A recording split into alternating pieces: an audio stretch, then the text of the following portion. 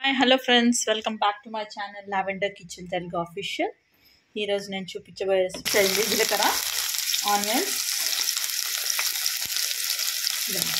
చూపిస్తాను.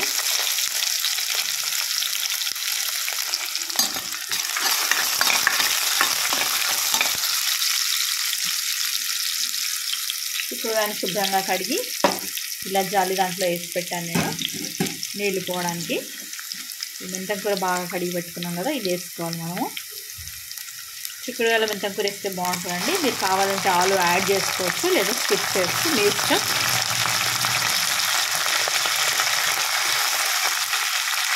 ఎవరికైనా ఇంట్రెస్ట్ ఉంటే కానీ పచ్చికారం అంటే పచ్చిమిరపకాయలు వేసి చిక్కుడుకాయ కర్రీ చేశాను నేను. పచ్చిమిరపకాయలు టేస్ట్ వేసి చిక్కుడుకాయ కర్రీ విత్ ఆలు వేసాను. ఆలు వేసి చేశాను, ఛానల్లో ఉంది, ఒకసారి చెక్ చేయండి ఎవరికైనా ఇంట్రెస్ట్ ఉంటే.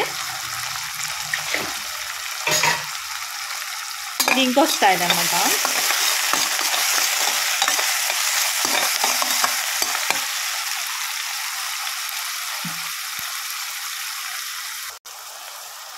సాల్ట్ వేస్తున్నా అండి, రుచికి తగ్గ సాల్ట్ వేసేసాను నేను.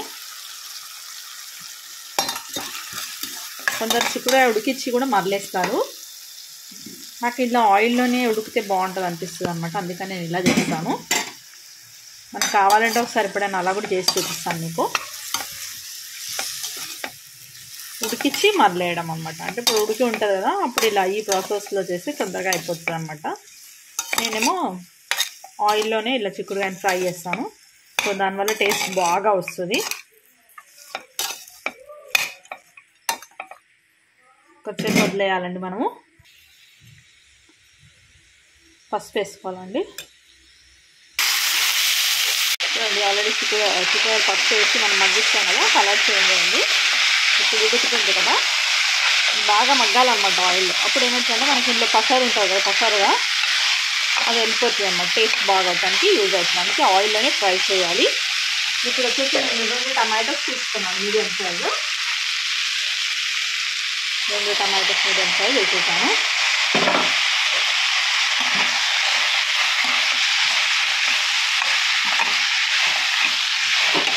మెంతం కూర వేసాను కదండి, స్మెల్ భలే వస్తుంది, బాగుంటుంది అన్నమాట. కర్రీలో మెంతం కూర చాలా బాగుంటుంది. నేను ఇప్పుడు దీన్ని పప్పుచారుతో సర్వ్ చేస్తాను, సైడ్ డిష్గా సర్వ్ చేస్తాను. లేదంటే మనం ఇలా చిక్కుడుకాయ కర్రీ చేసుకొని టమాటా చారు, పచ్చి పులుసుతో కూడా సర్వ్ చేసుకోవచ్చు, చాలా బాగుంటుంది కాంబినేషన్స్. పౌడర్ వేస్తానండి, కారం పొడి. మీ టేస్ట్కి అనుగుణంగా వేసుకోండి. నేను ఒక 3 స్పూన్స్ వేసుకుంటున్నాను.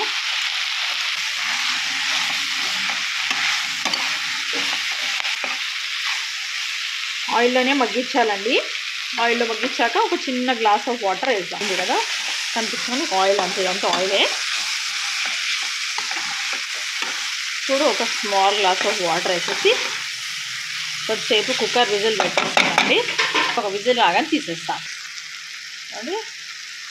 కొద్దిగా వాటర్ వేస్తాను, స్మాల్ టీ గ్లాస్ అన్ని వాటర్ వేస్తానండి అంతే.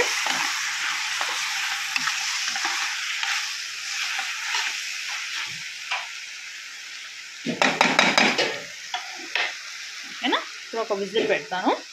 ఆఫ్టర్ విజిల్ మీకు చూపిస్తాను.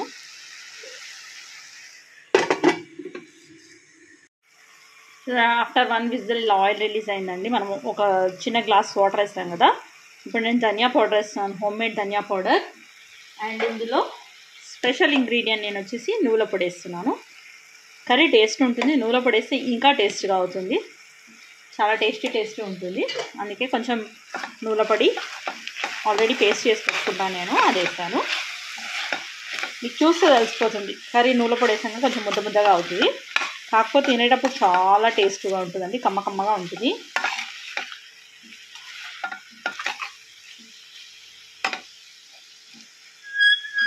అండి కర్రీ ఉంటుంది, చాలా టేస్టీ ఉంటుందండి. మీరు ఒకసారి నా స్టైల్లో ట్రై చేసి చూడండి. మీకు కనుక వీలైతే పాత వీడియో కూడా ఒకసారి చిక్కుడుగా వేరే స్టైల్లో ఉంది కదా, అది కూడా ఒకసారి చూడండి. మీకు కనుక నచ్చినట్లయితే please like, share, subscribe my channel ఉంది. Thank you for watching, thank you for time. ఇప్పుడు స్టవ్ ఆఫ్ చేసుకోవచ్చు. మీకు లాస్ట్గా కావాలంటే కొంచెం కొరియండర్ యాడ్ చేసుకోవచ్చు అండి. Thank you for watching.